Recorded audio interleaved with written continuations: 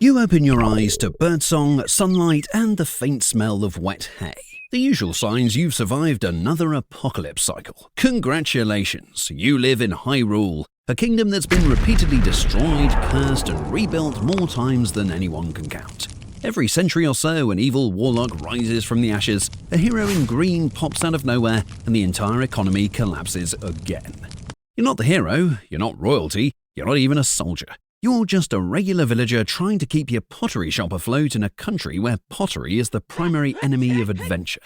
You sell pots, intact pots. A terrible business decision in a land where people smash pots for profit. A single blue rupee is worth 5 currency units, and your average pot sells for 2. Which means every time a guy with a sword walks into your shop, he looks at your stock and sees potential loot.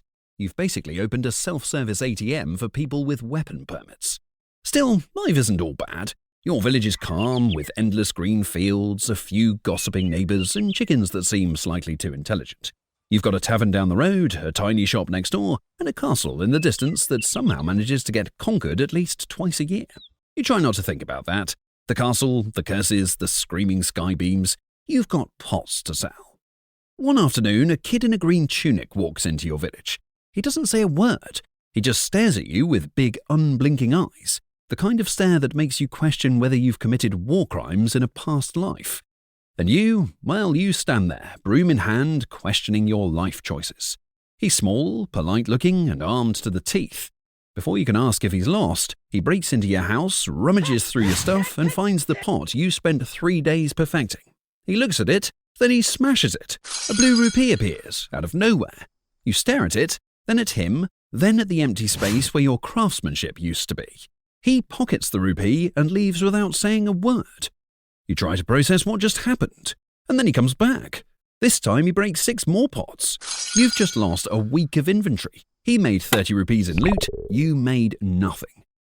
You would call the guards, but they're just too busy standing still in perfect formation pretending not to notice. You make eye contact with one. He blinks once, possibly by accident, then goes back to guarding the air. This is Link, the hero of whatever timeline this is. Hero of time, hero of winds, hero of twilight, depends on which cosmic spreadsheet the goddess was using that century. He's nice enough, but you start noticing a pattern. Wherever he goes, property damage follows. Sometimes he picks up your chickens and just holds them. Other times he throws them into the sky or carries them up a mountain for unknown reasons. You've stopped asking questions because the alternative is watching him roll into walls for 10 minutes straight. And honestly, the chicken thing is less weird. Then, like clockwork, it happens. The sky turns red, the air gets weirdly smoky, and somewhere a man with an uncomfortably deep voice laughs. Ganon's back. Yes, again. This time he's either Ganon or Ganondorf. Depends on whether he's having a pig monster day or a handsome evil king day. He wants the Triforce, as usual. You'd think after several millennia of failure he'd pick up a new hobby, like birdwatching. But no, same speech, same magic fireball, same plan. Within a day, Hyrule Castle falls. The princess is kidnapped, the royal guards all die off screen, the once mighty fortress that was impenetrable collapses faster than a small-town diner during a health inspection. And then it's your village's turn. Octoroks, Moblins, Stalfos, and those nightmare-inducing re-deads show up, turning every street into a danger zone. You can't sell pottery during an apocalypse. Nobody needs vases when there's a skeleton with a spear patrolling your front yard. So you do what every villager does. You hide. You board up your shop, huddle inside, and pray the green kid comes back before you starve. Because that's how things work in Hyrule. The hero leaves chaos in his wake, and somehow it's your job to clean it up until he returns to fix it again. The apocalypse happens so often, you're thinking of offering a loyalty card. Here's the thing nobody tells you when you move to Hyrule. This isn't the first apocalypse, it's the 18th. Every 100 years, Ganon shows up, tears everything apart, and the same hero is reincarnated to save the world. Sometimes it's the same princess, sometimes a new one, but the story's always the same. Kid in green, big sword, spooky pigman, repeat forever. You've watched grandparents tell stories of a hero they met, and their grandkids meet the next one. It's not hope, it's habit. The timeline splits, merges, and then splits again. Scholars have tried to make sense of it, but even they gave up and labelled one branch the one where everything went wrong. And he always comes back, every single time, Ganon returns like a bad sequel nobody asked for. He's been sealed, banished, vaporized, and turned into stone. The goddesses could just delete him from existence, but apparently eternal reincarnation was easier. Meanwhile, Princess Zelda keeps getting kidnapped. You'd think after the 15th time she'd install better locks or, I don't know, hire more than 6 guards. But nope, she's back in the dungeon, and Hyrule's national defense strategy remains hope the 12-year-old with no dialogue finds her. Link inevitably saves the day, everyone celebrates, and then he disappears. Sometimes he sails away, sometimes he literally turns into a wolf, sometimes he just vanishes into the woods like a moody teenager. And you, well, you rebuild again. You fix your shop, repaint the sign, restock the shelves. You start over, fully aware it's just a matter of time before the next apocalypse hits. When Ganon's not actively destroying the world, life in Hyrule has its own flavour of insanity. Money grows in grass, literally. You can mow your front yard and pay your rent. Inflation doesn't exist, banking doesn't exist, and half the economy depends on people smashing each other's property for spare change. You could sell a decorative vase for 10 rupees or find the same amount hiding in a bush.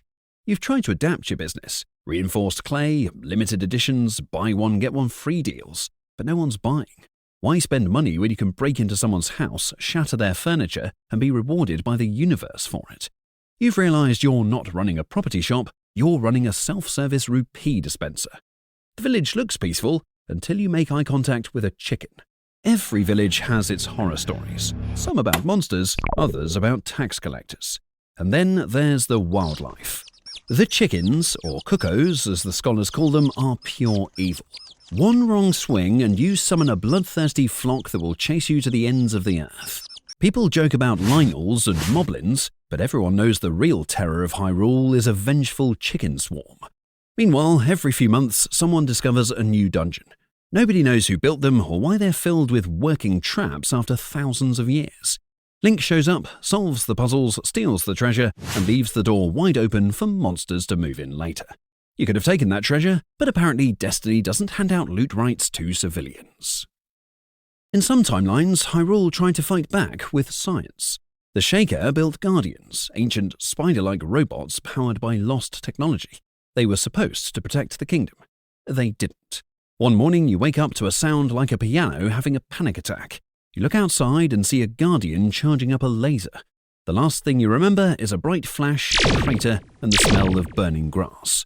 When the dust settles, your village is gone. Ganon hacked the machines. Within hours, the castle fell, the champions died, and Link didn't make it. He got a century-long nap as the kingdom turned into a monster-infested wasteland. You survived, barely.